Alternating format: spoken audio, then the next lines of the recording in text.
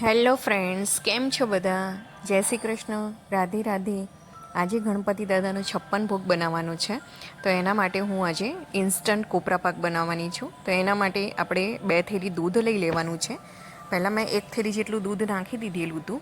બરાબર ગરમ થઈ જાય અથવા તો થોડુંક માઇલ્ડ થોડુંક ગરમ થાય પછી આપણે 1 થેલી બીજું અંદર એડ કરી દેવાનું છે. અને આ ટોટલી આપણે હાઈ ફ્લેમ પર જ ગરમ કર્યા કરવાનું છે. 15 મિનિટ જેટલો સમય લાગશે. આપણે હાઈ ફ્લેમ પર ગરમ કરવાનું છે. આ ઇન્સ્ટન્ટ કોપરા પાક છે. એમાં આપણે કોઈ માવાનો કે પછી બીજો કોઈ મિલ્ક મેડનો ઉપયોગ નથી કરતા.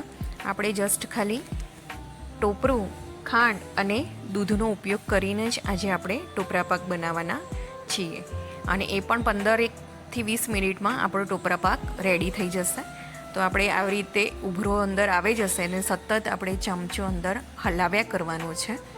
અને 15 મિનિટ માટે હાઈ ફ્લેમ પર જ આપણે આને દૂધ બધું ઉકાળી લેવાનું છે.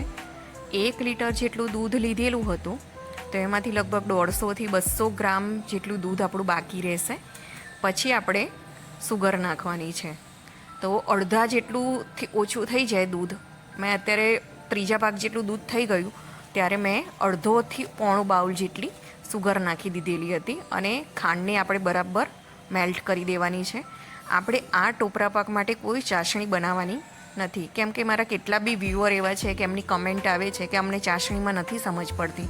તો આજે હું આ રીતે જ બનાવું છું કે તમને ચાસણી નહીં બનાવો તો પણ આ ટોપરા પાક તમારો પરફેક્ટ જ બની જશે. તો હું તમને એક બતાવું છું કે ચાસણી કોઈ કરવાની જરૂર નથી, પણ ખાલી આપણે થોડુંક ડ્રોપ લઈએ હાથમાં ત્યારે ચીપચીપો રહે એટલે આપણું ટોપરા પાક માટે ચાસણી રેડી થઈ ગઈ છે. આપણે કોઈ એમાં તાર કે કશું જ બનાવવાનું નથી. આપણે એક ડ્રોપને હાથ ઉપર લઈ લેવાનું છે અને સહેજ તમને એવું લાગે કે ચીપચીપું છે એ સ્ટેજ ઉપર જ આપણે ટોપરું નાખી દેવાનું છે.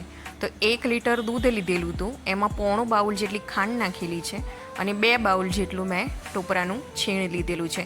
આ માપ પરફેક્ટ છે તમારે ટોપરા પાક બનાવવા માટે. એમાં પણ હાઈ ફ્લેમ પર 15-20 મિનિટમાં જ ટોપરા પાક રેડી થઈ જશે. તો ટોપરાની છીણ નાખી દીધા પછી આપણે 2 મિનિટ માટે સ્લો ગેસ પર આવી રીતે એને સતત હલાવી લેવાનું છે. નીચે ટોપરા પાક ચોટે નહીં એનું ખાસ ધ્યાન રાખવાનું છે.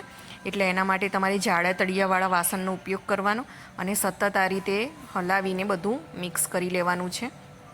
2 મિનિટ માટે આપણે સ્લો ગેસ પર કરી લઈશું. આ રીતે તમે ટોપરા પાક બનાવશો તો 3-4 દિવસ સુધી એમના એમ સોફ્ટ જ રહેશે, જરા પણ બગડશે નહીં. અને અંદર એનું મોઇશ્ચર જળવાઈ રહે એટલા માટે આપણે ઉપરથી 2 ચમચી જેટલું ઘી નાખીશ છે. જો તમે ઘીની જગ્યાએ મલાઈ યુઝ કરવા માગતા હોય તો ફ્રેશ મલાઈનો ઉપયોગ કરવો, જૂની મલાઈ વાપરવાની નહીં.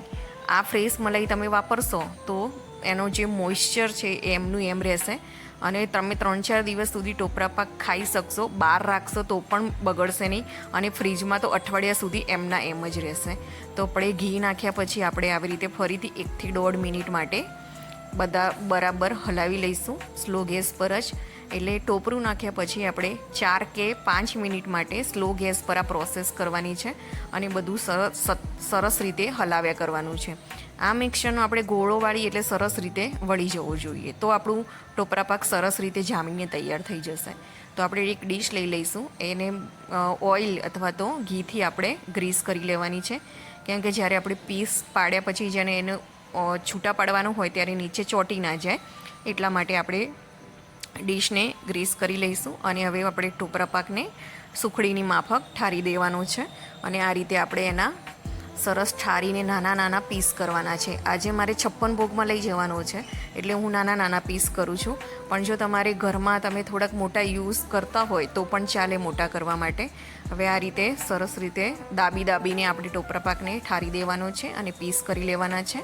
જો તમને મારો આ વિડીયો ગમ્યો હોય તો મારી ચેનલને લાઈક કરજો, શેર કરજો અને સબસ્ક્રાઈબ કરજો અને તમારા બધા વ્યૂઅરને મારો આ લિંક શેર કરજો. જય શ્રી કૃષ્ણ.